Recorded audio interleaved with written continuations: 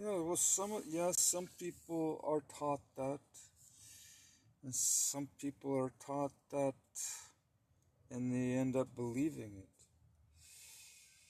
They're very persuasive how they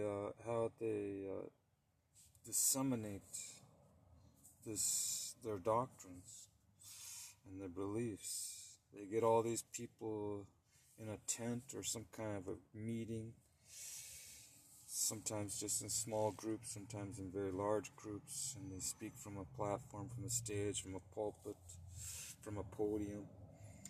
And they try to convince the people that, the end of the world is like right around the corner, and give your tithes and offerings because your soul needs to be saved.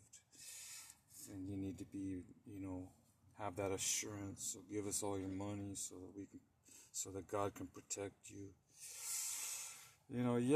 I've seen it. I was exposed to some of that when I was a child.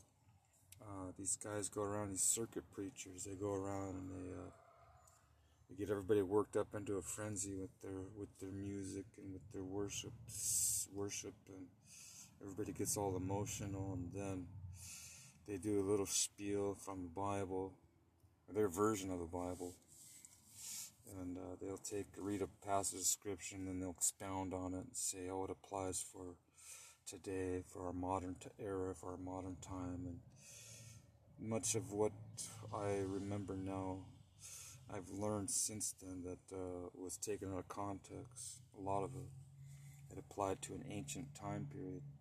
There's some good, valuable principles and lessons to be learned, yeah. And we can learn from their examples, ancient peoples from long ages ago. We can always learn from what they believed and what they practiced and how they lived their life. Some of their pitfalls, some of their mistakes, their errors. Yeah, we can glean from those things. But to try to make it, apply today, like certain religious rites or traditions that may really not have any application for our modern time. And what they do with some of these circuit preachers, they get on stage and they're trying to get it, they're trying to take big offerings. Because the more offerings they get, the more, they can they can put it towards their own mansions or their Lear jets or their fancy cars. And, they give a little back into the ministry. They give to other people, but a very small percentage, I presume.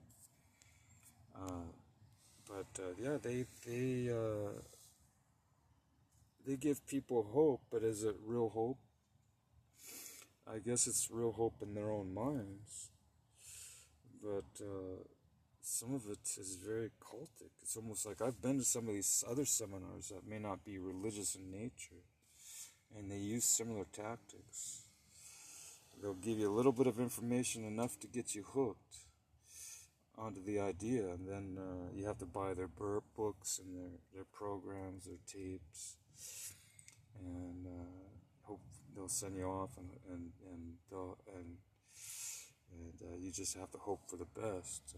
Things will turn out the way that they say that it will, if you follow their program. And they prop up a few success stories, but just a few.